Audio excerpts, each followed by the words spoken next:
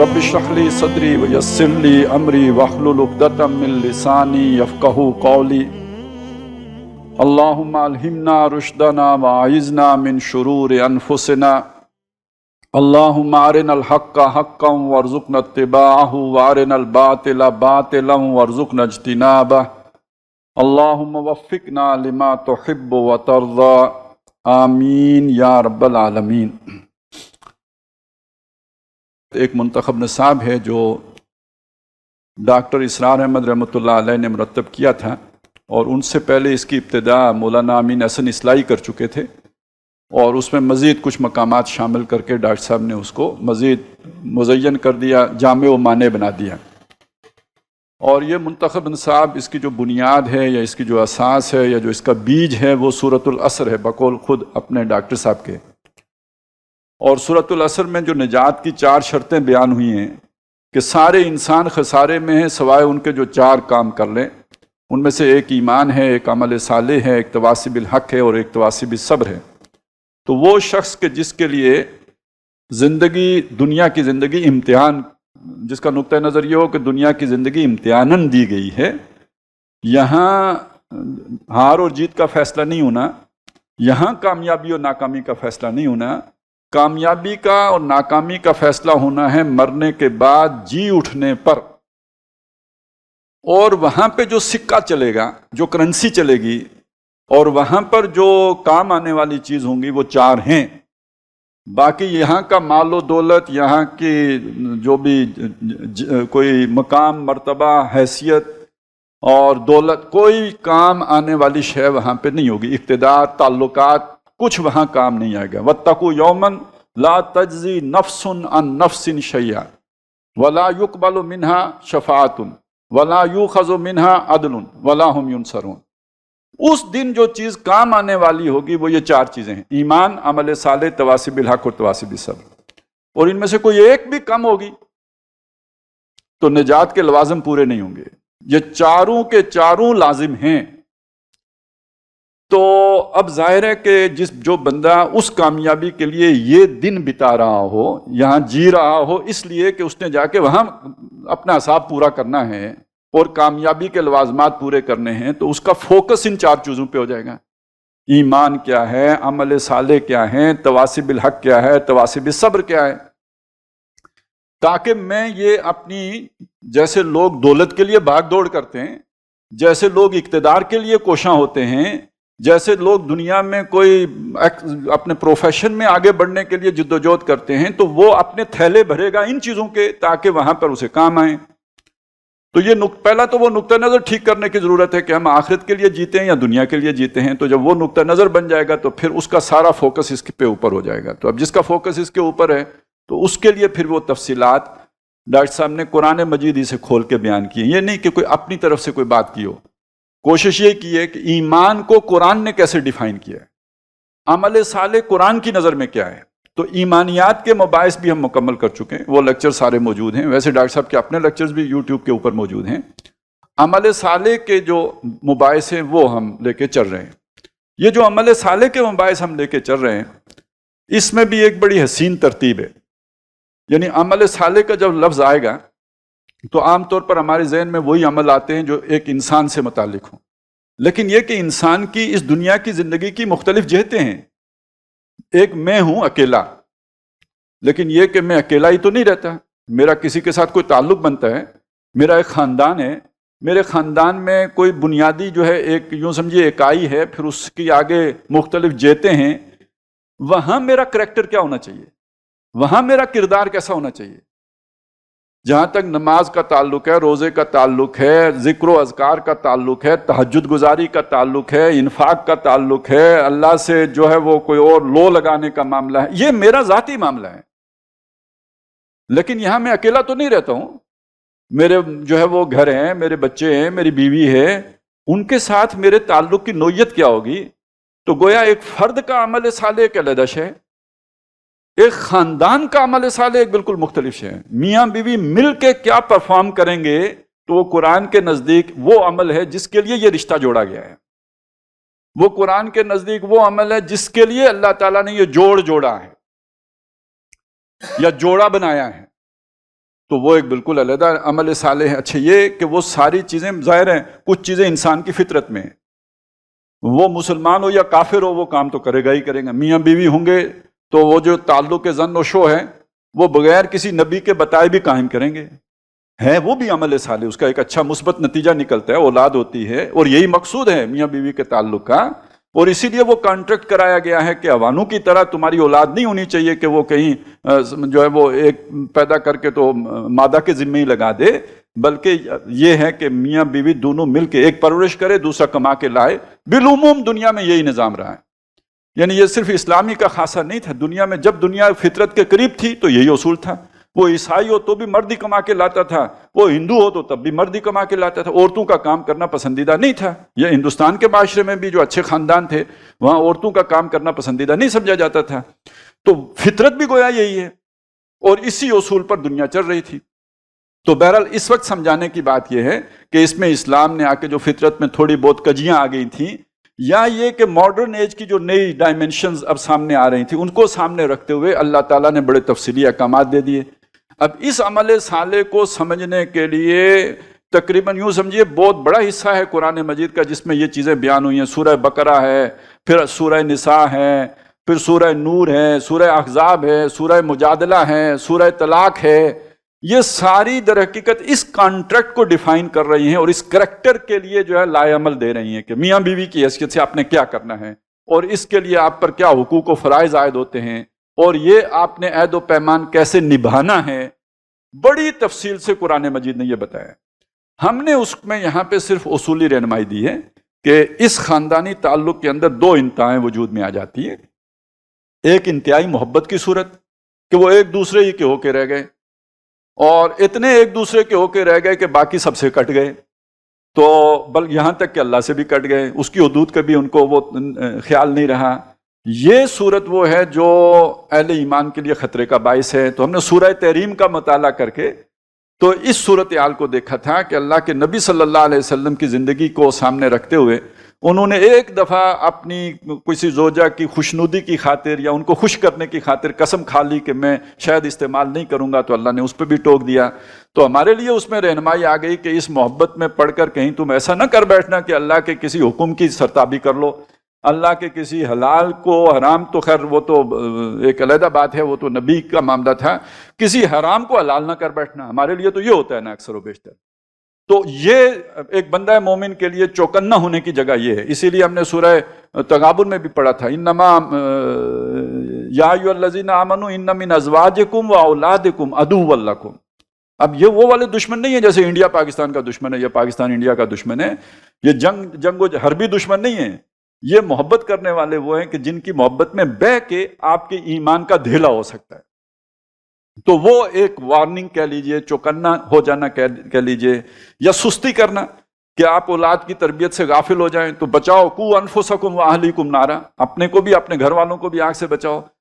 تو وہ اس طرح کی چیزیں، اور ساتھ یہ بتا دیا کہ ایک کا عمل دوسرے کے کام نہیں آئے گا۔ دو مثالیں دے دی، نوح علیہ السلام کی بیوی کی اور لوط علیہ السلام کی بیوی کی، کہ اگر ایک کا عمل دوسرے کے کام آ سکتا ہوتا تو یہ دونوں جو ہے بیویاں جہنم میں نہ جاتی بلکہ جنت میں جاتی ہیں، اور اگر ایک کا عمل دوسرے کے کھاتے میں پڑ سکتا ہوتا تو فرعون کی بیوی حضرت آسیہ جنت میں جانے والی نہ ہوتی، وہ فرعون کے ساتھ ہوتی۔ نہیں، آخرت میں انجام اپنا اپنا، دنیا میں ذمہ داریوں میں اللہ نے جوڑ پیدا کر دیا ہے، آخرت کا انجام اپنا اپنا ہوگا۔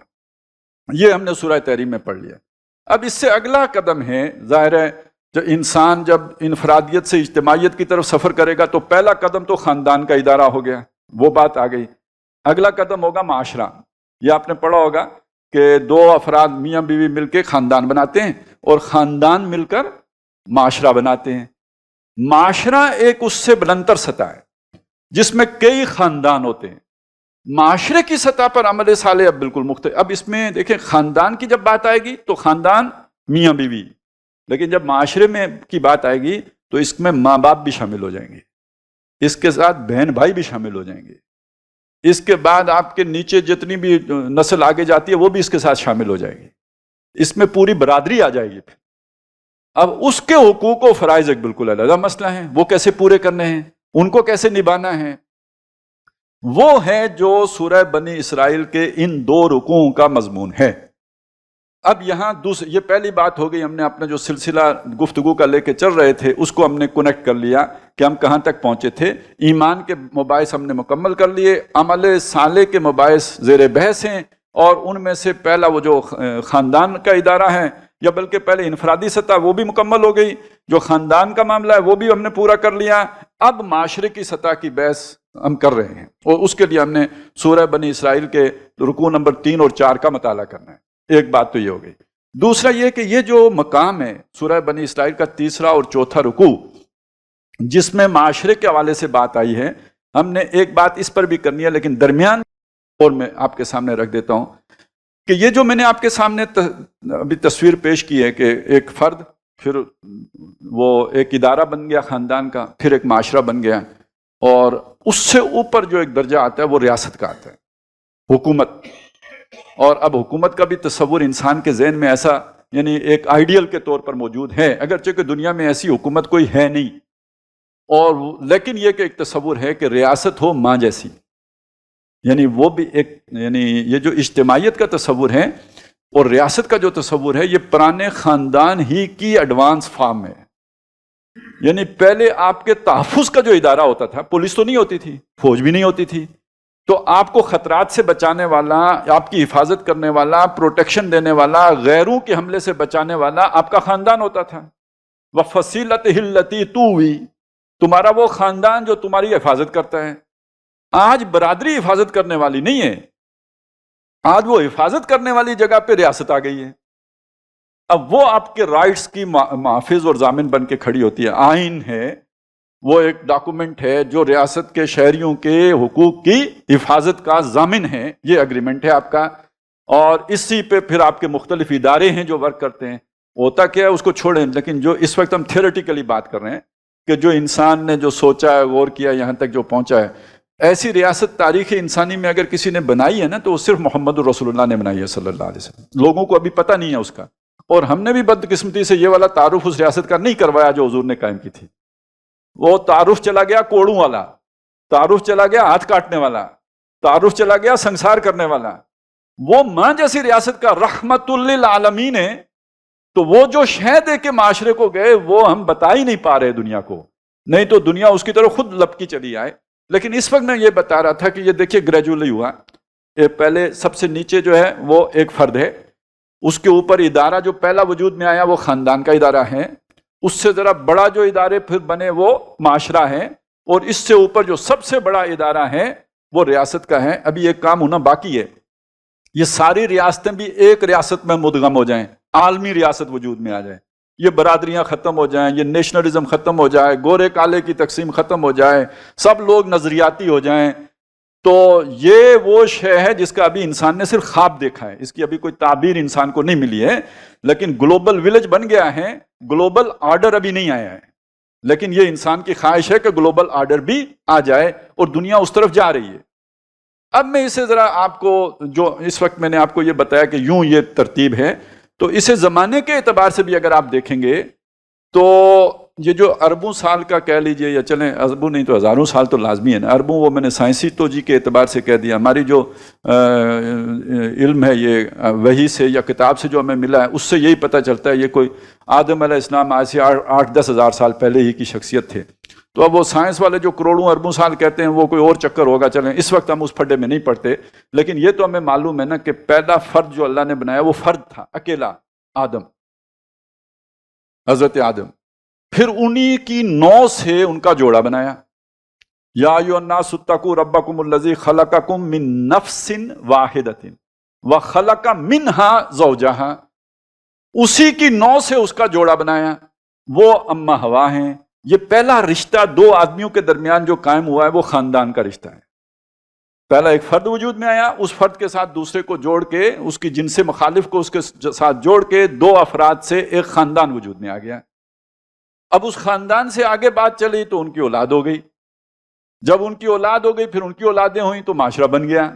یوں یہ سلسلہ آگے چلا، اور پہلی دفعہ یہ ہدایت کا سلسلہ بھی اسی کے ساتھ ساتھ آگے چلا ہے. اب آپ سوچیں کہ حضرت آدم علیہ السلام کو یہ حکم اگر دیا جاتا کہ اگر کوئی زنا کرے تو اسے سنسار کرنا ہے، شادی شدہ زنا کرے تو اسے سنسار کرنا ہے، اور غیر شادی شدہ کرے تو اسے 100 کوڑے مارنے ہیں، تو یہ وہاں حکم بے معنی ہوتا ہے یا نہ ہوتا؟ دو آدمی ہیں تو کون کس کے ساتھ زنا کرے گا؟ ان دو کا تو اللہ نے نکاح کر دیا ہے، تو ایک شے کا وجود ہی نہیں ہے تو اس کے لیے حکم دینے کی کوئی ضرورت نہیں ہے۔ اچھا، وہاں پہ اگر یہ محرم رشتہ داروں کی تفصیل آ جاتی کہ یہ جو ہے آپ کا چچا جو ہے وہ بھی غیر محرم ہے اور ماموں بھی، اور جو نہیں یہ چچا محرم ہے اور ماموں محرم ہے اور باقی یہ غیر محرم ہے اور فلانا، یہ ساری تفصیلات یہ بے مقصد ہوتی۔ لہٰذا اللہ تعالیٰ نے جو شریعت دی حضرت آدم علیہ السلام کو، وہ ایک خاندان کو سامنے رکھتے ہوئے دیے۔ اب جب اس میں یہ بھی دیکھیں، اس زمانے کی شریعت میں بعد میں جو یعنی بہن بھائی کی شادی ہو جاتی تھی، اور اگر وہاں آج کی شریعت نافذ کی جاتی تو نو انسانی ادھر ہی دم گھٹ کے مر جاتی، آگے چل ہی نہ سکتی، کیونکہ کوئی ایسا غیر محرم ملتا ہی نہ جس کے ساتھ آپ کی شادی ہو سکتی ہوتی، وہ تو سارے ایک ہی رحم سے ہیں، تو ان کے درمیان پھر وہی شریعت آ سکتی تھی جو اس وقت کی ضرورت کو پورا کر سکتی تھی۔ لہٰذا وہاں پہ جو بھی احکام دیے گئے وہ اس وقت کی صورتحال کو سامنے رکھتے ہوئے دیے گئے۔ اب معاشرہ آگے بڑھا آگے بڑھا آگے بڑھا، یہاں تک کہ اس نے باقاعدہ نظم کی صورت اختیار کر لی، ایک معاشرے کے نظم، برادریاں، پارٹیاں، آج کے اعتبار سے آپ کہہ سکتے ہیں سیاسی پارٹیاں، برادری کی بنیاد پر، نسل کی بنیاد پر، 12 قبیلے، بنی اسرائیل، ہر قبیلہ اپنے نظم کے تحت۔ اللہ نے بھی بنائے تو 12 نقیب، یہ نہیں کہا قبیلے کو توڑ دو پھوڑ دو یہ شرک ہے یہ بت ہیں، نہ، یہ 12 قبیلے ہیں، ان کے نقیب بھی 12 بنا دیے، چشمے بھی نکالے تو 12 نکال دیے۔ کیوں؟ یہ معاشرے کا نظم ہے، اسی سے معاشرہ جڑا ہوا ہے، ان کو توڑ دیں گے تو انارکی پیدا ہو جائے گی۔ اب یہ وہ ہیں کہ جن کے لیے اللہ تعالیٰ نے تورات اتاری ہے۔ اب ذہن میں رکھیں، موسیٰ علیہ السلام کے پاس کوئی ملک نہیں ہے، کسی ملک کے اوپر ان کا اختیار نہیں ہے، ایک قوم ہے، آبادی ہے۔ آج کی ریاست کے جو لوازمات ہیں وہ حضرت موسیٰ علیہ السلام کے دور میں ابھی پورے ہی نہیں ہو رہے، کیونکہ ایک آبادی چاہیے، اس پر کنٹرول چاہیے، لیکن ایک چیز اور بھی چاہیے، علاقہ بھی تو ڈیفائنڈ علاقہ بھی تو چاہیے۔ وہ علاقہ اللہ نے بتایا تھا کہ فلسطین ہے، جائیں اس پہ قبضہ کریں، انہوں نے کہا کہ وہاں ان فیہا قوما جبارین، ہم تو ادھر نہیں جاتے، تو موسیٰ علیہ السلام کی زندگی میں وہ علاقہ ملا ہی نہیں۔ لہٰذا موسیٰ علیہ السلام کا پورا دور ایک جماعت پر حکمرانی کا دور ہے، کسی علاقے کے اوپر حکمرانی کا دور نہیں ہے، اور وہ ایک معاشرے کی حیثیت سے ہیں، نہ کہ ایک ریاست کی حیثیت سے۔ ان کو جو احکام دیے گئے تورات میں، انہیں کہتے ہیں احکام عشرہ، یعنی 10 احکام۔ اور ہمارے بعض مفسرین کی، بلکہ اکثر مفسرین کی رائے یہ ہے کہ یہ جو 2 رکوع ہیں، یہ سورہ بنی اسرائیل کے یہ 2 رکوع، یہ انہی احکام عشرہ کا خلاصہ ہے جو قرآن مجید نے بیان کیا ہے۔ وہ جو 10 کمانڈمنٹس ہیں جو تورات میں موسیٰ علیہ السلام کو دیے گئے تھے، ان کا خلاصہ ہے جو قرآن مجید نے بیان کیا۔ اچھا، اس کو بھی سمجھ لیجئے کہ قرآن مجید سابقہ جو کتابیں ہیں ان کا مہیمن ہے۔ ایک تو ہم سمجھتے ہیں ناسخ ہے، اس نے منسوخ کر دی، وہ ایک خاص فقہی معنی میں منسوخ کر دی، لیکن اصلاً تو ان کو واضح کرنے والا ہے، انہیں کھولنے والا ہے، ان کو مبرہن کرنے والا ہے، ان کی تصریح کرنے والا ہے، ان کی وضاحت کرنے والا ہے۔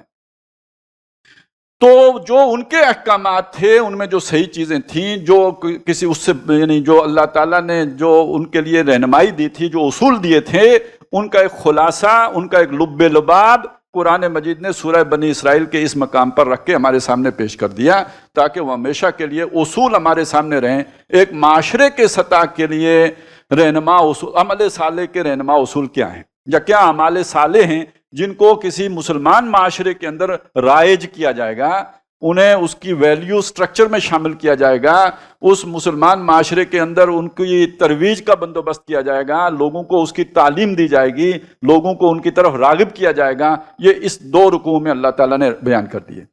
اب یہاں میں یہ چاہتا ہوں کہ خود قرآن مجید کے حوالے سے بھی یعنی اس مقام کو ہم سمجھ لیں جس کو ہم پڑھنے جا رہے ہیں۔ دیکھیں، قرآن مجید کے بعض مقامات کو ہم سمجھتے ہیں اس نظم کے اعتبار سے جو قرآن مجید کا کتابی نظم ہے، جس میں سورہ فاتحہ پہلے ہے، سورہ بقرہ ہے، پھر سورہ آل عمران ہے، سورۃ الناس آخر میں ہے۔ ایک قرآن مجید کی سمجھ آتی ہے اس نزولی ترتیب کے اعتبار سے جس میں قرآن مجید نازل ہوا۔ نزولی ترتیب یہ نہیں ہے سب سے پہلے سورہ بقرہ پہلی مکمل سورت ضرور ہے، لیکن پہلی وہی نہیں ہے، اور سورہ بقرہ تو مدینے میں نازل ہوئی ہے، اس سے پہلے 2 تہائی قرآن نازل ہو چکا تھا، لیکن ترتیب میں وہ سب سے پہلے آ گئی ہے۔ تو ترتیب کی اپنی حکمتیں ہیں، نزول کی اپنی حکمتیں ہیں. بعض جگہوں پہ بعض چیزیں ہمیں سمجھ آتی ہیں اس ترتیب مصحف سے، اور بعض چیزیں ہمیں سمجھ آتی ہیں ترتیب نزولی سے. اب میں ایک چیز آپ کے سامنے رکھوں، یہ 3 صورتیں ذہن میں رکھیے، سورۃ النحل، اس کے بعد سورہ بنی اسرائیل، پھر سورہ کاف. ترتیب نزولی میں اگر ہم دیکھیں گے تو یہ مکی دور کے بالکل آخری حصے میں نازل ہوئی ہے. اسی سورہ بنی اسرائیل میں ہجرت کا ذکر ہے، قل رب ادخلنی مدخل صدق واخرجنی مخرج صدق وجعلنی من لدنک سلطانا نصیرا. ہجرت ہی کا ذکر اس سے پچھلی صورت میں بھی ہے، سورۃ النحل میں بھی ہلکا پھلکا ذکر وہاں پہ بھی آ گیا ہے. اور اس کے بعد سورہ کاف ہے. بظاہر اس کا آپس میں کوئی تعلق اس طرح کا کوئی واقعہ تو نہیں ہے، لیکن کچھ چیزیں سورہ بنی اسرائیل سورہ کاف کی ملتی جلتی ہیں. وہ اس تفصیل میں جانے کا اس وقت میرے پاس ٹائم نہیں ہے، لیکن میں آپ کو جو بتا رہا ہوں وہ یہ بتا رہا ہوں کہ مکی دور کا بالکل آخری حصہ ہے جس میں یہ صورتیں نازل ہوئی ہیں، اور مدنی دور کا بالکل ابتدائی حصہ ہے جس میں سورہ بقرہ نازل ہوئی ہے. تو اگر ایک مضمون چل رہا ہے، کوئی لہر چل رہی ہے، جیسے آج کل ہمارے ہاں لہر چل رہی ہے کہ صفحہ 1 ہے یا صفحے 2 ہو گئے ہیں، تو اب جتنے بھی ایونٹس ہوں گے، جو واقعات ہوں گے، اس کے ساتھ جڑے ہوئے ہوں گے نا کہ بھئی اس وقت صورتحال کیا ہے. اسی طرح سمجھ لیجئے کہ جو اس وقت جو صورتحال مکے میں تھی، اور خاص طور پہ اہل کتاب کے حوالے سے جو سوالات آ رہے تھے، کیونکہ اب حضور کی بات پھیل چکی ہے، 13 سال ہو گئے، وہ شام تک خبریں پہنچ چکی ہیں، وہ یہودیوں کے کان کھڑے ہو چکے ہیں، وہ عیسائی وفود آنا شروع ہو چکے ہوئے ہیں. تو گویا پورے جزیرۃ العرب میں ڈنکا بج چکا ہے، اور ہر طرف وہ چونکہ آنے والے نبی کی خبریں پہلے سے موجود تھیں، تو جتنے بھی اہل کتاب ہیں ان کے ہاں جو ہے وہ چے مگویاں اور اما یتساءلون کی کیفیت پیدا ہو چکی ہے، اور وہ آپس میں گفتگویں بھی ہو رہی ہیں اور سوالات بھی کھڑے کیے جائے. اب سمجھ لیجئے سورہ کاف پوری کی پوری در حقیقت، اور سورہ بنی اسرائیل کا بھی ایک مسئلہ ان 3 سوالات سے بحث کرتا ہے کہ جو یہودیوں کے کہنے پر مشرکین نے پوچھے تھے. روح کی حقیقت کیا ہے، ذوالقرنین کون، اصحاب کاف کون، یہ مشرکین کا اپنا سوال تو نہیں تھے، یہ یہودیوں نے پوچھوائے تھے. تو گویا یہ پس منظر میں یہودی اور نصارہ موجود ہیں. ابھی حضور مکے میں ہیں، مدینے نہیں آئے، لیکن پس منظر میں یہودی اب انفلوئنس شروع ہو چکا ہے. اور جب آپ مدینے میں تشریف لے آئے تو یہودیوں کے گڑھ میں آ گئے، گویا وہاں 3 قبیلے یہودیوں کے آباد تھے. تو سورہ بقرہ اور ان 3 صورتوں کے مضامین میں یہودیوں سے خطاب آپ کو گودا ہوا ملے گا، اور نصرانیوں سے. اچھا، مزے کی بات یہ ہے کہ ان کا ہجوم بھی تقریباً برابر ہو جاتا ہے. سورہ بنی اسرائیل 12 رکوع، اس کے بعد سورہ کاف 12 رکوع، اس سے پہلے سورہ نحل سورہ بنی اسرائیل سے پہلے 16 رکوع، کتنے ہو گئے؟ 40. سورہ بقرہ اکیلے 40. تو ہجوم بھی تقریباً برابر. اور اگر آپ اس طرح قرآن مجید کو پڑھیں گے کہ سورۃ النحل اور سورہ بنی اسرائیل میں جو کچھ سنایا گیا ہے یہودیوں کو، اس کے بعد وہ 10 رکوع پڑھیں گے، یا بنی اسرائیل اذکروا نعمتی التی انعمت علیکم، تو آپ پر کچھ نئے حقائق کھل کر سامنے آئیں گے، کچھ نئی چیزیں آپ پر آشکارا ہوں گی، کچھ نئے حکمت کے موتی آپ کے ہاتھ لگیں گے، اور نئے مضامین آپ پر یعنی آشکارا ہوں گے. تو یہ ایک چیز اس کو ذہن میں رکھ لیں. اور ابھی میں نے آپ کے سامنے یہ بات اس لیے بیان کی ہے کہ یہ جو 2 صورتیں، بلکہ یہ 3 صورتیں جو ہیں، سورہ بقرہ کو خود قرآن مجید میں نبی صلی اللہ علیہ وسلم نے اسے بڑی اہمیت دی ہے کہ پورے قرآن مجید جو ہے نا، اس میں سورہ بقرہ کی ایک اہمیت ہے، اور سورہ بقرہ کی بھی اس کے اندر بھی ایک آیت ہے جو قرآن مجید کی ساری آیات کی سردار ہے، اور وہ آیت الکرسی ہے. تو بلکہ اگر اس پورے تناظر میں دیکھیں نا، اللہ نے جتنی بھی کتابیں اتاری، اس کے اعتبار سے حضور کی ایک حدیث ہے جس میں حضور نے فرمایا کہ یہ تورات ہو، انجیل ہو، حتیٰ کہ قرآن ہو، تو اس میں بھی ویسی چیز نہیں ہے جیسی کہ قرآن مجید کی ایک سورت سورہ فاتحہ ہے، یعنی اس کی مثال کوئی اور نہیں ہے. تو اس سے کم از کم یہ تو واضح ہو گیا کہ تمام کتابوں سے سب سے عظمت والی کتاب قرآن مجید. قرآن مجید کی ساری صورتوں میں سب سے زیادہ عظمت کی حامل سورہ بقرہ. سورہ بقرہ میں ایک آیت ساری قرآن کی آیات کی سردار، اور سورہ بقرہ میں اور سورہ آل عمران میں بھی ایک حضور نے نسبت قائم کی ہے کہ جو ان سے محبت رکھے گا، آخرت میں یہ 2 صورتیں بدلیوں کی صورت میں نمودار ہوں گی، اور جب کوئی بھی سایہ نہیں ہوگا تو اپنے محبت کرنے والے پر سایہ فگن ہو جائیں گی. اور ان کے مضامین کے اندر جو بھی حکمت ہے اس کا بھی ایک ذکر ملتا ہے اس میں سورہ بقرہ میں کہ یؤتی الحکمت من یشاء ومن یؤت الحکمت فقد اوتی خیرا کثیرا. تو یہ جو حکمت ہے، اس کے یہ 2 بڑے عظیم خزانے ہیں، سورہ بنی اسرائیل اور سورہ کاف. یہ قرآن مجید کے بالکل وسط میں اور درمیان میں رکھے ہوئے ہیں. اور اس سے پہلے جو سورۃ النحل ہے وہ اس کے بھی بڑے اہم مضامین ہیں اس کے اندر. بلکہ یوں سمجھ لیجئے کہ سورہ نحل سے اس چیز کی ابتدا ہو جاتی ہے جس کی تکمیل جا کے سورہ بقرہ میں ہوئی ہے. وہاں وہ بات کہہ دی گئی تھی کہ یہ تم اپنا جو بھی تمہارا سوشل کانٹریکٹ ہے نا، یہ جو تمہارا یہ اپنا بندھن ہے، یہ برادری کا بندھن، معاشرے کا بندھن، رشتہ داری کا بندھن، یہ تعلق داری کا بندھن، یہ اللہ سے جو تمہارا تعلق ہے اس پر غالب نہیں آ جانا چاہیے. اس تعصب میں مبتلا ہو کر تم اللہ کے رسول کی بات کو اگر کاٹ دو گے تو بڑا گھاٹے کا سودا کرو گے. اور پھر سورہ بنی بقرہ میں جا کے اسی الزام پر انہیں فَضُرِبَتْ عَلَيْهِمُ الذِّلَّةُ وَالْمَسْكَنَةُ وَبَاءُوا بِغَضَبٍ کا مصداق قرار دیا گیا کہ ان کا اپنا خاندانی تعصب اتنا غالب آ گیا کہ یہ حق کا انکار کر بیٹھے اور محمد الرسول اللہ کی دعوت کو ماننے سے انکاری ہو گئے. وجہ یہ نہیں تھی کہ حق سمجھ میں نہیں آیا، وجہ یہ تھی کہ وہ جو خاندانی تعصب تھا وہ غالب آ گیا. تو یہ ساری تفصیل میں نے آپ کے سامنے اس لیے رکھی ہے کہ اس سے سورہ بنی اسرائیل کے اس مقام پر جو پہلی بات کہی گئی ہے وَقَضَىٰ رَبُّكَ أَلَّا تَعْبُدُوا إِلَّا إِيَّاهُ، تیرے رب نے طے کر دیا ہے، قاضی ہوتا ہے نا فیصلہ کرنے والا، فیصلہ کر دیا ہے کہ عبادت نہیں ہوگی سوائے اس کے کسی اور کی. تو عبادت کا ایک معنی تو بہت وسیع ہے جو ہمیں معلوم ہے، جو سب ہم جانتے ہیں کہ کسی کو سجدہ نہیں کیا جائے گا، کسی کے لیے قیام نہیں کیا جائے گا، کسی کے آگے اس رکوع کی طرح جھکا نہیں جائے گا، کسی کو پکارا نہیں جائے گا، کسی سے اللہ سے بڑھ کر محبت نہیں رکھی جائے گی. یہ تو وہ چیزیں ہیں کہ جن سے ہم واقف ہیں، اور جو بھی تھوڑا بہت دینی مزاج رکھتا ہے وہ ان چیزوں سے واقف ہوتا ہے. لیکن یہ کہ اپنے یہ دنیا کے تمام تعلقات، دنیا کی تمام محبتیں، وہ خاندان کی محبت ہو، وہ اپنے رشتہ داریوں کی محبت ہو، وہ اولاد کی محبت ہو، وہ بیویوں کی محبت ہو، وہ مال و دولت کی محبت ہو، وہ کوئی اقتدار کی محبت ہو، تعلقات کی محبت ہو، نیشنلزم ہو، جو کوئی مصیبت ہو، اس سب پر غالب محبت اللہ کی ہونی چاہیے. یہ بھی عبادت کا حصہ ہے. کوئی عبادت بغیر محبت کے قبول ہی نہیں ہوتی. جس شے کو آپ اخلاص کہتے ہیں وہ کیا شے ہے؟ یعنی عبادت کے جذبے کے پیچھے اصل جو جذبہ محرکہ ہے وہ محبت کا جذبہ ہونا چاہیے. اب یہ مضمون بھی جا کے آپ کو سورہ بقرہ میں ملے گا کہ اللہ نے آپ کو کیا کیا دیا. ان فی خلق السماوات والارض واختلاف الليل والنهار والفلك التي تجري في البحر بما ينفع الناس الى آخر الآیہ. اس کے بعد اگلی بات کیا ہے؟ ومن الناس من يتخذ من دون الله اندادا يحبونهم كحب الله. لوگوں میں وہ بھی ہیں جنہوں نے اللہ کے ضد، ند، مد مقابل، ہمسر بنا لیے ہیں، ان سے محبت کرتے ہیں جیسے اللہ سے محبت کرنی چاہیے. اب ان دو آیات کے درمیان جو ربط ہے، جو درمیان میں خلا ہے، اس کو برج کر رہی ہے سورہ آل عمران کی آیت. جب وہاں کہا ان فی خلق السماوات والارض، اس سے آگے واختلاف اللیل والنہار، یہ تو وہی بات ہے جو سورہ بقرہ میں آئی. باقی آیات کا ذکر نہیں کیا، وہاں تفصیل آئی ہے، یہاں اجمال ہے. وہاں آخر میں جا کے آیا لآیات لقوم یعقلون، یہاں آیا لآیات لأولی الالباب، کلوز، یہاں پہ اسی پہ ختم کر دیا. لیکن وہاں جو درمیان میں بات حذف کر دی گئی تھی اس کو یہاں آ کر کھولا کہ یہ کون لوگ ہیں اولو الالباب یا قومی یعقلون کون ہیں؟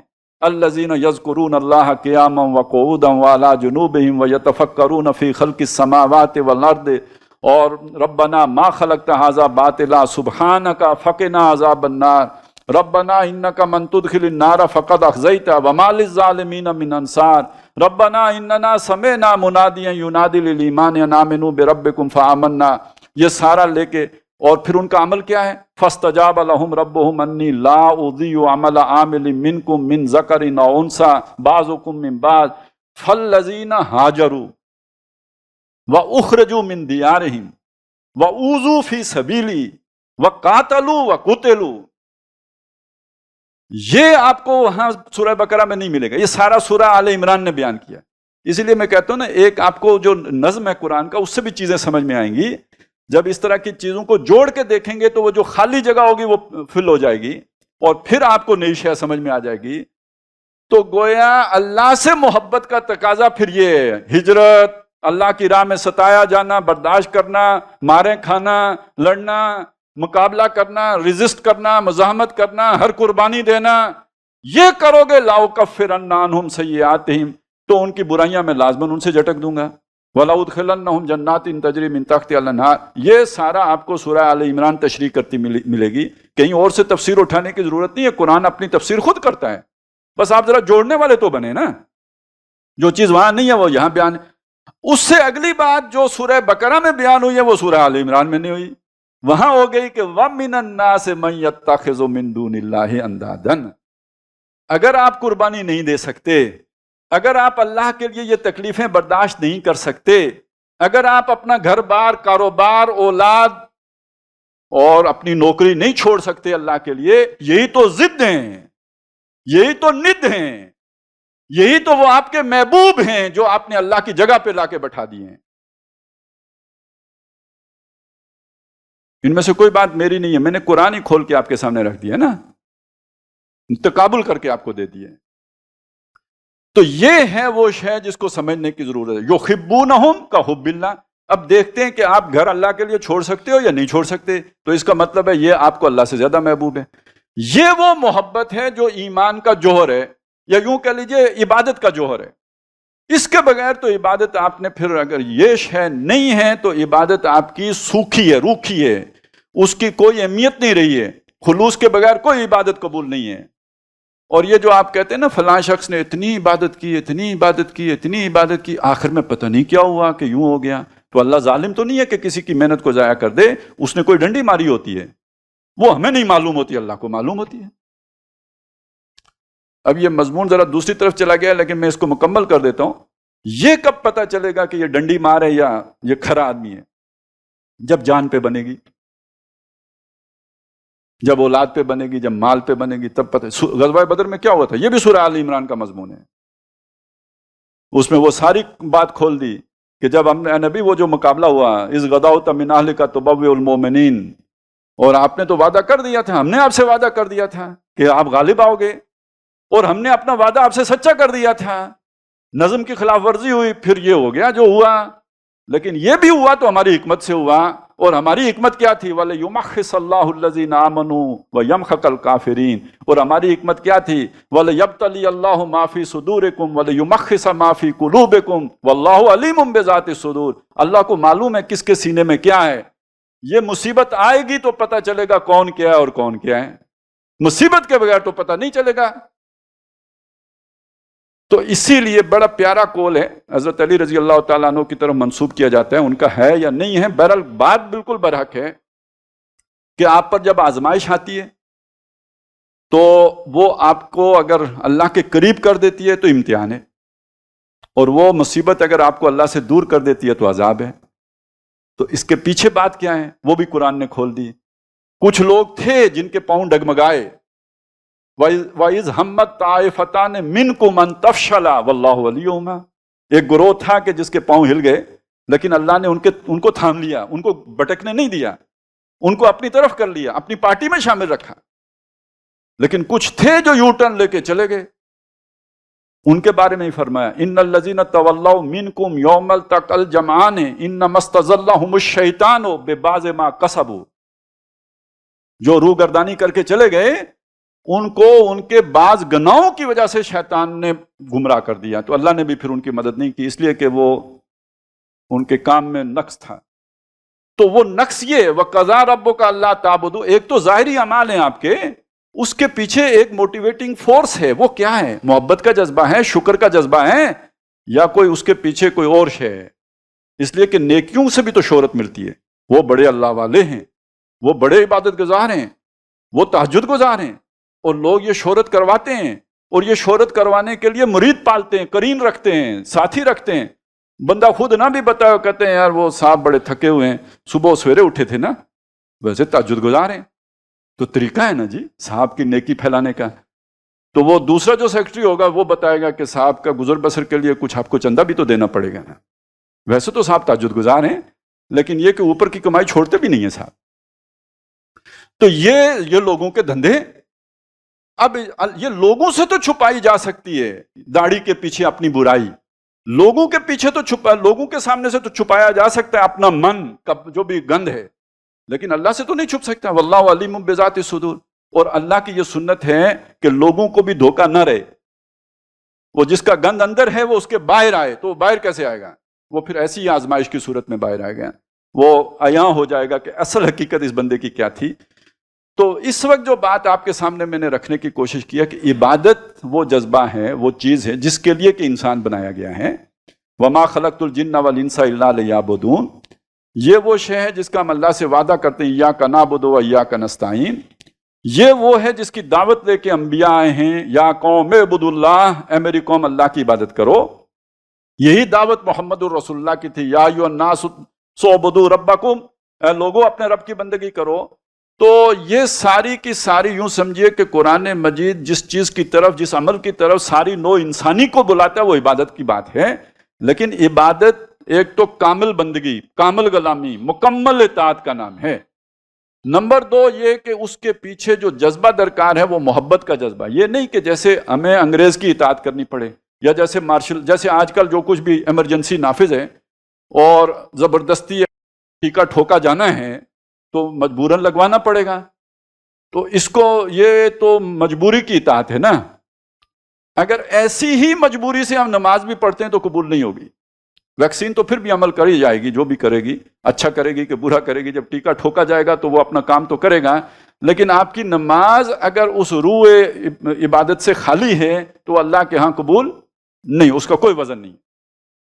وہ سارے اعمال اس طرح کے قرآن مجید نے 3 مثالیں دے کے بتایا کہ ان کا کوئی وزن نہیں ہوگا۔ ایک جگہ قرآن نے بتایا وہ سراب ثابت ہوں گے، سورہ نور میں، یعنی جن کے دل میں وہ ایمان کی رمق نہیں ہے یا اللہ کی محبت کے جذبے، یہ اخلاص کے بغیر عبادت کی ہے، وہ سراب ثابت ہوگا، اس کو توقع ہوگی کہ یہ کام آئے گا، کام نہیں آئے گا۔ ایک جگہ فرمایا وَقَدِمْنَا إِلَىٰ مَا عَمِلُوا مِنْ عَمَلٍ فَجَعَلْنَاهُ هَبَاءً مَنْثُورًا، ان کے بڑے بڑے اعمال کی طرف ہم قدم بڑھائیں گے، ٹھوکر سے اڑا کے ان کو بالکل جو ہے وہ بیکار کر دیں، ان کے کسی کام نہیں آئیں گے۔ اور ایک جگہ یہ کہ ان کو جیسے راکھ کو ہوا اڑا کے لے جاتی ہے، اس طرح ان کے یہ عمل اڑا کے ہوا لے جائے گی، آخرت میں ان کے کام نہیں آئیں گے۔ تو اس عبادت کا یہ پہلو ذہن میں رکھیے کہ اس کا پہلا تقاضا یہ ہے کہ کامل ہو۔ یہ جو ہوتی ہے نا آدھا تیتر آتا بٹیر والی، یہ اللہ کے ہاں قابل قبول نہیں ہے۔ افتؤمنون ببعض الکتاب وتکفرون ببعض فما جزاء من یفعل ذلک منکم الا خزی فی الحیاۃ الدنیا، تو جو یہ کرے گا تو اس کی تو پھر یہ سزا ہے۔ کامل ادخلوا فی السلم کافہ، اسلام میں پورے کے پورے داخل ہو جائے، اللہ کا ہر حکم مانو۔ اللہ کا کوئی حکم ایسا نہیں ہے کہ جس کو تم اپنی مرضی سے پیٹھ کے پیچھے پھینک سکو، اور اگر ایک کو بھی پھینک دیا تو اس کا مطلب باقی بھی تم نے اپنی مرضی سے مانے، اللہ کی مرضی سمجھتے ہوئے نہیں قبول کیے، لہذا وہ پھر باقی بھی سارے کھو کھاتے میں ہیں۔ اور دوسری بات یہ کہ اس کے پیچھے اخلاص اور محبت کا جذبہ ہونا چاہیے، اور یہ وہ عبادت ہے کہ جو ایک فرد سے بھی ہے تقاضا، معاشرے سے بھی ہے، ریاست کی سطح پہ بھی ہے۔ اب فرد کی عبادت کیا ہے، معاشرے کی عبادت کیا ہے، ریاست کی عبادت کیا ہے، یہ علیحدہ موضوع ہے۔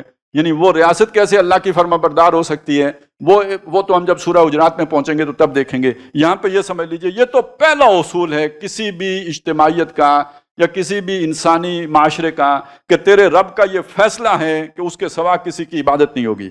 وَقَضَىٰ رَبُّكَ أَلَّا تَعْبُدُوا، تیرے رب نے فیصلہ کر دیا کہ بندگی نہیں ہے الا ایاہ، مگر اسی کی، وَبِالْوَالِدَيْنِ إِحْسَانًا، اور والدین کے ساتھ احسان ہے۔ احسان ہم اس کا ترجمہ کرتے ہیں حسن سلوک، یعنی اچھا برتاؤ، ان کے ساتھ اچھا رویہ رکھنا۔ اچھا اب یہ دونوں کو جوڑا کیوں؟ ویسے تو عام طور پہ ہم یہی بیان کرتے ہیں کہ اللہ کے حق کے بعد والدین کا حق ہے، لیکن اس کی کوئی لاجک بھی تو ہونی چاہیے نا۔ یہ تو ایک ترتیب ہے، ٹھیک ہے، اللہ نے یوں ہی بیان کیا، ہمیں بھی یوں ہی کہنا چاہیے، لیکن اس کو سمجھنے کی کوشش کرنی چاہیے اس کے پیچھے لاجک کیا ہے۔ لاجک وہی محبت کا جذبہ ہے، شکر کا جذبہ ہے۔ اللہ کے احسانات کے بعد انسان پر جو سب سے بڑا احسان ہے وہ اس کے ماں باپ کا ہے۔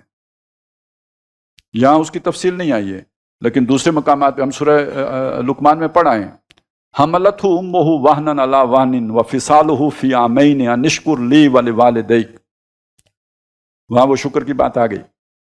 اس کو اٹھایا ہے اس کی ماں نے تکلیف پہ تکلیف سہتے ہوئے، حمل کی تکلیف ہے، جو اس میں کمزوریاں ہیں، جو درد ہے، وہ سارا سہتے ہوئے اس کو 9 مہینے اس کا بوجھ اٹھایا ہے، اور پھر یہ کہ اس کو جنا ہے، پھر اس کو 2 سال اپنی جو ہے خون سے دودھ بنا کے تو اسے پلایا ہے، یعنی اب بھی وہ اسی کی جو ہے وہ خوراک وہیں سے حاصل کر رہا ہے، وہ ساری کمزوری اسی کو لاحق ہو رہی ہے۔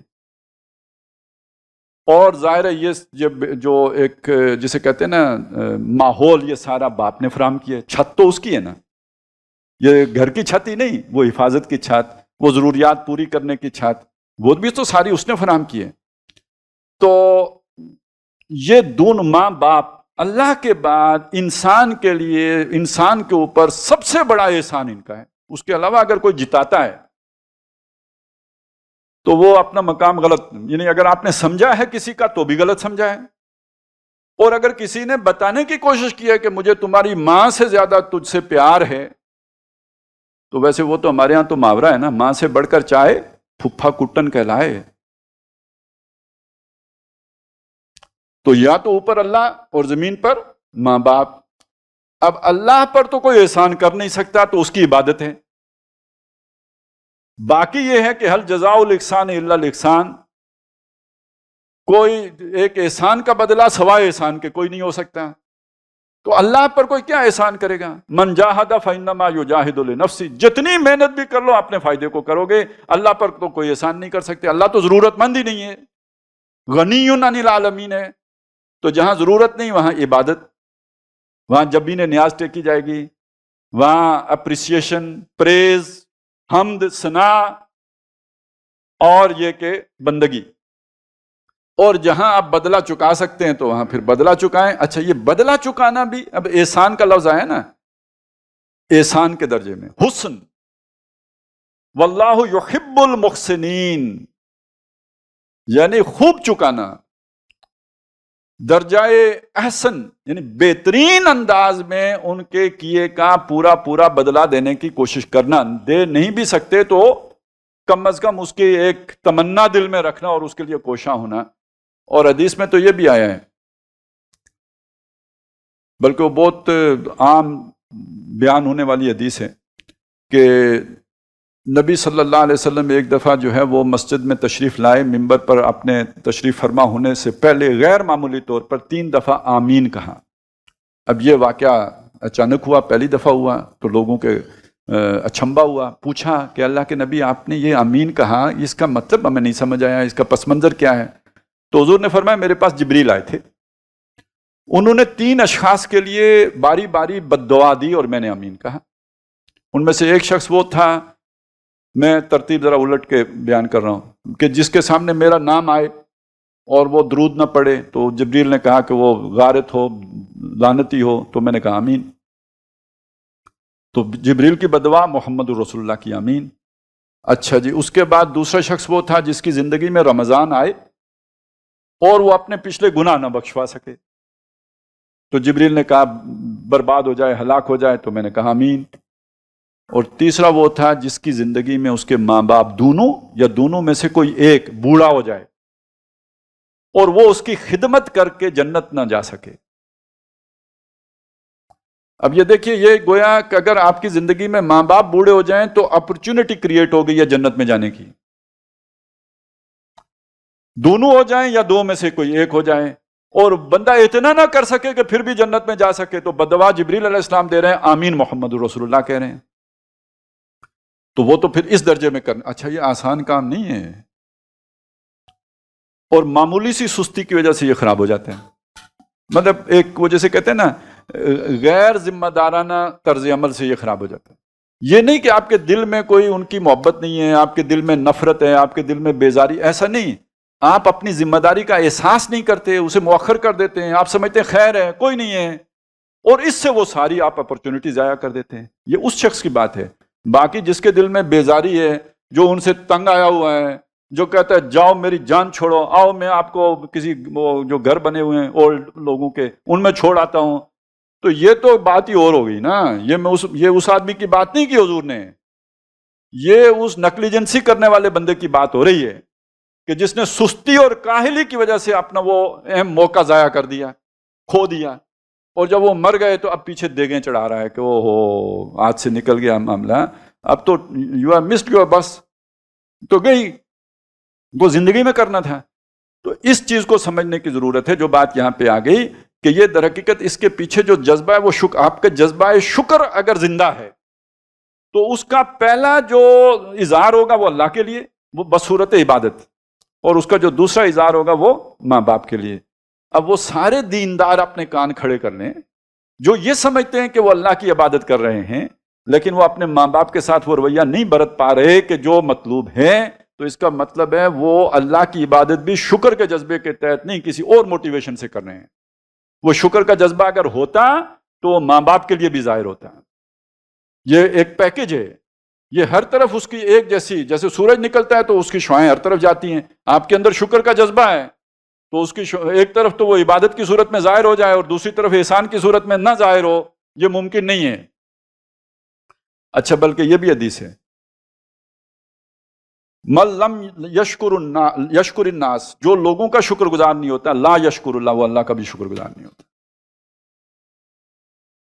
تو لوگوں میں سب سے پہلے کون آئے گا؟ پھر اساتذہ بعد میں آئیں گے، باقی رشتہ دار بعد میں آئیں گے، سب سے پہلے تو ماں باپ آئیں گے۔ تو جو ان کا شکر گزار نہیں، وہ اللہ کا شکر گزار کیسے ہوگا؟ تو اگر وہ عبادت کرتا آپ کو نظر بھی آ رہا ہے تو وہ پھر کوئی دھندا اور ہے، اس کے پیچھے اصل قوت محرکہ یا جسے ہم کہتے ہیں نیت، وہ کوئی اور ہوگی پھر۔ وَقَضَىٰ رَبُّكَ أَلَّا تَعْبُدُوا إِلَّا إِيَّاهُ وَبِالْوَالِدَيْنِ إِحْسَانًا إِمَّا يَبْلُغَنَّ عِندَكَ الْكِبَرَ أَحَدُهُمَا، جب ان میں سے کوئی ایک تمہارے پاس پہنچ جائے کبر یعنی بڑی عمر کو، بڑھاپے کی عمر کو، او کلاہما یا وہ دونوں بڑھاپے کی دہلیز پر قدم رکھ لیں، فلا تقل لہما افن، تو انہیں مت کہو اف۔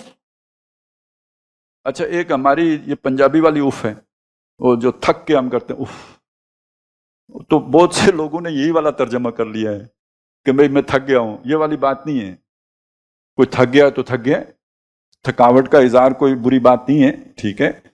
یہ اف عربی کی اف ہے، ظاہر ہے قرآن مجید میں آئی ہے، قرآن پنجابی زبان کی میں تو نہیں اترا نا، عربی مبین میں اترا ہے۔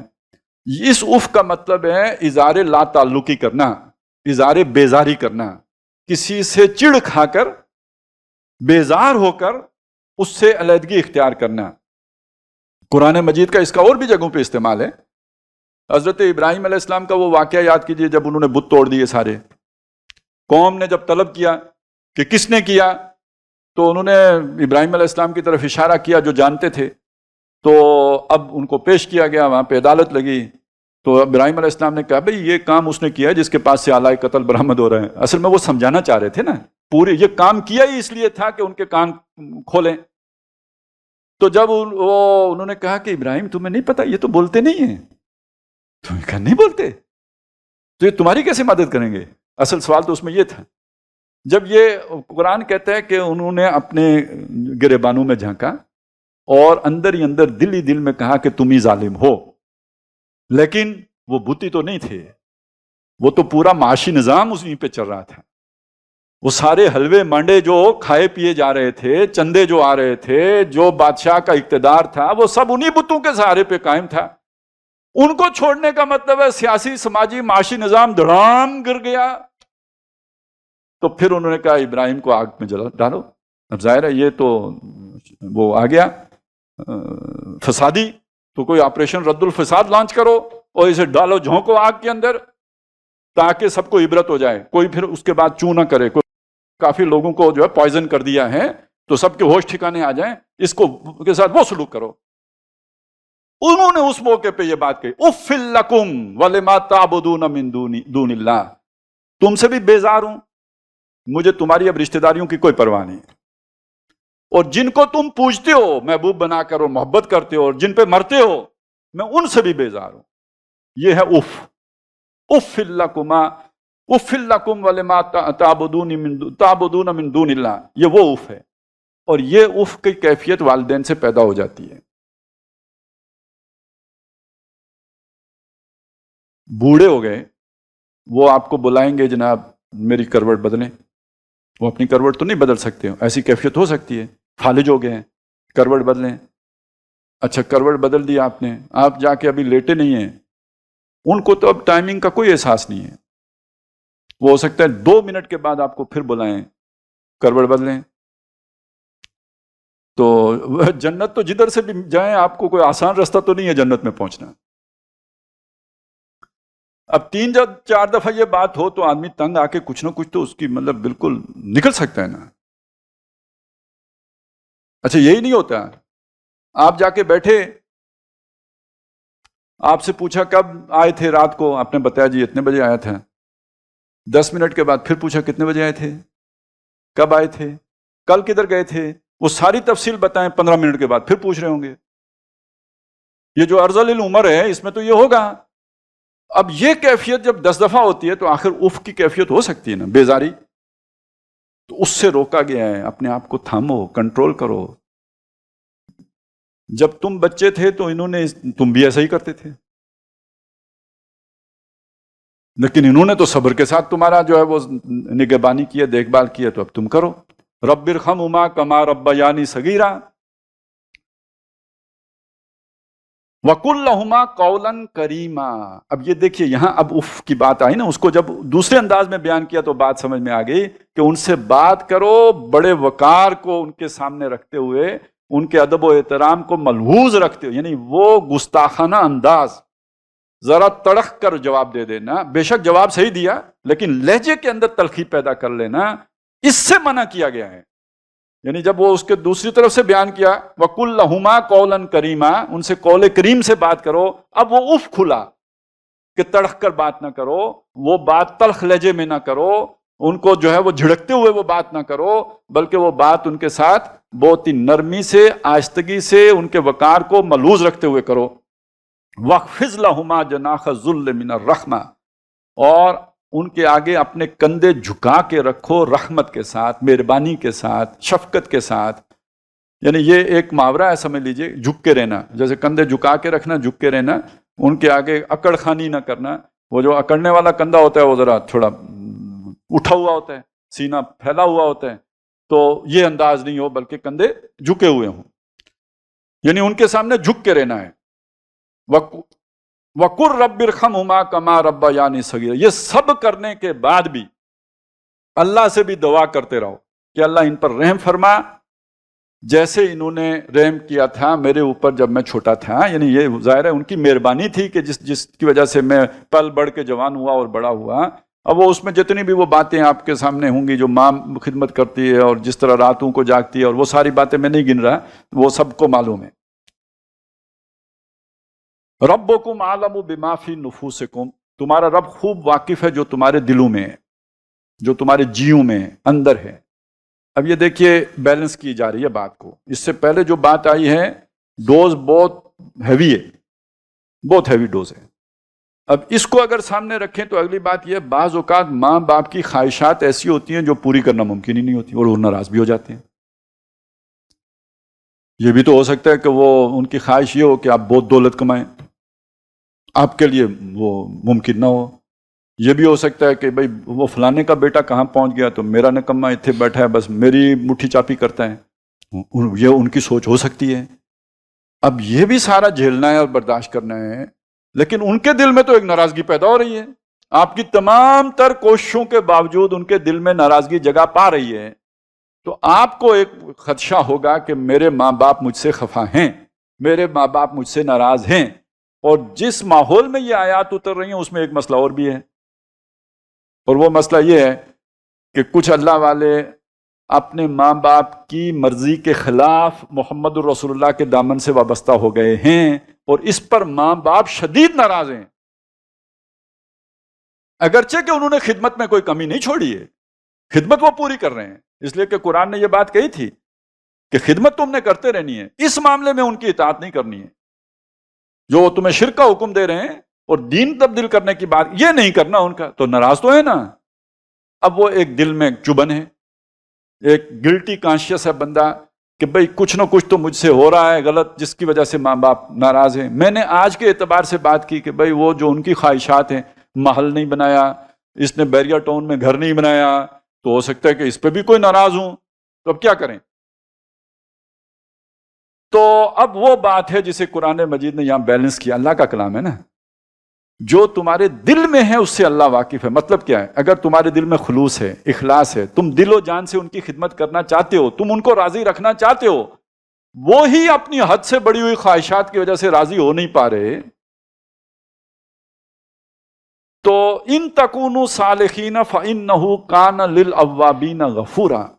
اگر تم ہو صالح اور یہ کہ تمہارے اندر وہ کوئی بغاوت کے جراثیم اور گستاخی کے جراثیم نہیں ہیں، اپنی تمام تر جو بھی مہربانیاں عنایات ہیں ان کے باوجود ماں باپ کو راضی نہیں کر پا رہے ہو ان کی بڑی ہوئی خواہشات کی وجہ سے، تو ایسے اواب دوسرے کے دکھ پر تڑپنے والے،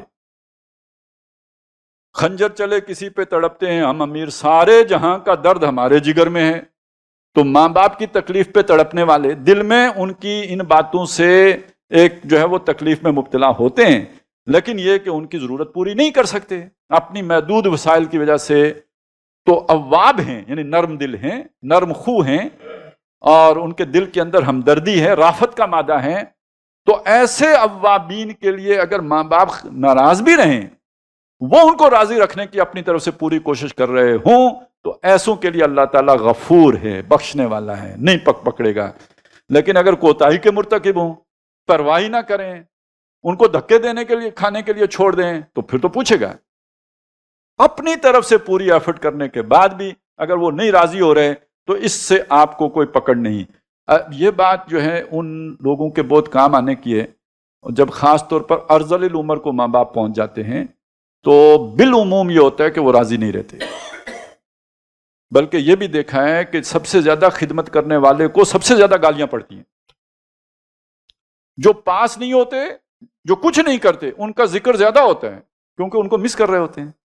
اب ذہن وہاں پہ جا کے دیکھیں نا، وہ رگیں سارا خون بھی تو نہیں سپلائی کر رہی ہوتی نا، دماغ بھی سکڑ چکا ہوتا ہے، یادداشت بھی متاثر ہو چکی ہوتی ہے، قوائے فکریہ مزمحل ہو چکے ہوتے ہیں، تو آپ انہیں اپنے پہ تو نہ قیاس کریں، جیسے آپ سوچتے ہیں ویسے وہ سوچتے ہوں گے، وہ جسے مس کر رہے ہیں اسے زیادہ یاد کر رہے ہیں، جو خدمت کر رہا ہے اس کی خدمت کا تو انہیں احساس نہیں ہو رہا، لیکن یہ کہ جو تھوڑی بہت اس سے کمی ہو رہی ہے اس پر اسے خوب سنائی جا رہی ہیں۔ اور یہ خاص طور پہ جو گھر میں عورتیں ہوتی ہیں، جو کوئی بہو اگر اپنے سسر کی خدمت کر رہی ہے یا ساس کی خدمت، اس کو تو بے نطق سننی پڑتی ہیں، اس کے لیے تو زیادہ عزم الامور ہے یہ ذمہ داری ادا کرنا۔ تو لیکن اگر وہ اس سب کو جھیلتے ہوئے اور برداشت کرتے ہوئے اپنے کام کو بحسن و خوبی جو ہے وہ انجام دیتا رہے آدمی، یا دیتی رہے، تو ایسے اوابین کے لیے اللہ تعالیٰ، وہ یہ نہ ڈریں کہ ماں باپ خفا ہیں تو اللہ مجھ سے پوچھے گا، نہیں، اللہ ان کے لیے بخشنے والا مہربان ہے۔ بارک اللہ لی ولکم فی القرآن العظیم ونفعنی وایاکم بالآیات والذکر الحکیم۔